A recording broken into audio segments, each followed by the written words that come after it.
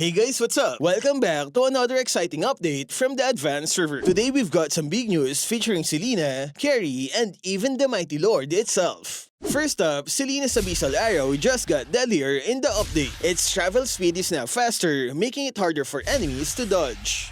Can you feel the difference? Here's a side-by-side comparison between the official and advanced servers. With that speed, it makes it harder to move away from her iconic skill shot. And here's how it looks if you're the enemy. Pretty good, right?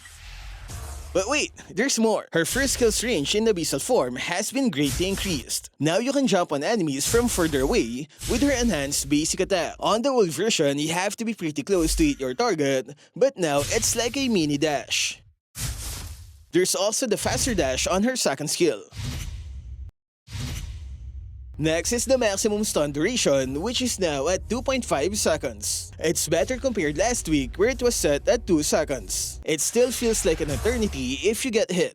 They also removed the foreswing and backswing of skills 1 and 2 on Abyssal form. Combos will be easier without the unnecessary pauses in between skills. The movement speed buff is down to 60%, but it's still better when compared to official server. Overall, things are looking extremely good for Selena players. It's time to wake up and practice those Abyssal Arrows once again. But this time, you won't be playing the rumor. It's time to dominate as a jungler or mid lane mage. Next on the list, Karrie. Her first skill now has a faster flying speed, making it easier to land your shots. Here's a quick side-by-side comparison. See the difference?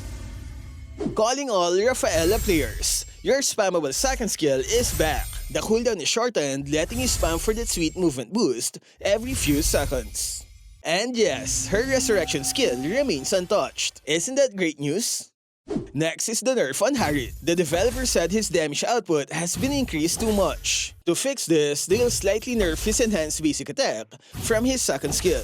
I think this one is just fair because if you don't know yet, he's doing pretty well on official server. It has come to the point where he's banned most of the time. Next is the nerf on Hilda, where her second skill will have an additional 1 second of cooldown. They said she was overly dominant in the current patch, that's why they had to revert some of her cooldown. Next, we have an experimental adjustment on Brute Force Breastplate. They removed all of its unique passives and replaced it with this. You now gain adaptive attack stats based on the 5% of your extra HP. This means physical heroes will gain physical attack stats as they gain HP from items and emblems. And of course, a magic hero will gain magic power. It has a limit of 120 points, and its effect is halved for non-fighter heroes. Basically, you get 1 attack stat for every 20 extra HP you gain. The limit is 120 attack stats, which means you stop gaining stats after 2,400 HP. So who can use this? Well, it's mostly for fighters that can build a mix of defense and attack items. You'd want to be at least near the limit to fully maximize its effect. Based on the stats, you need at least 3 HP defense items,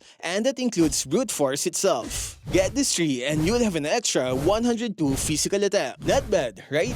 Moving on, we have the Lord adjustment. The Lord will now respawn faster after the 18-minute mark, from 3 down to 2 minutes, which means more action-packed games. Lord evolution will take place only at 18 minutes. The 12-minute evolution has been removed. The summoned Lord at the 8-minute mark will have the ability to charge at towers just like this. However, it will be a bit weaker compared to official server. The evolved Lord, which now spawns at 18 minutes, will have the same damage as an official server. To keep things balanced, the tower's exploding defense will now deal damage to a summoned Lord.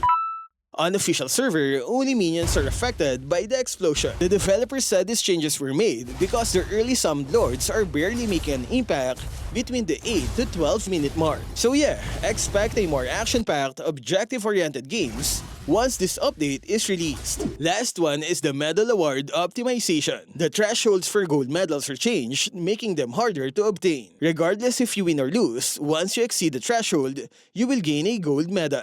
They also said gold medals will become more valuable. Yeah, who cares? As long as it's not bronze, right? And that's it for this week's advanced server update. What do you think about Selena's buffs? Are you excited about the lore changes? Share your thoughts in the comment section. That's all for this video.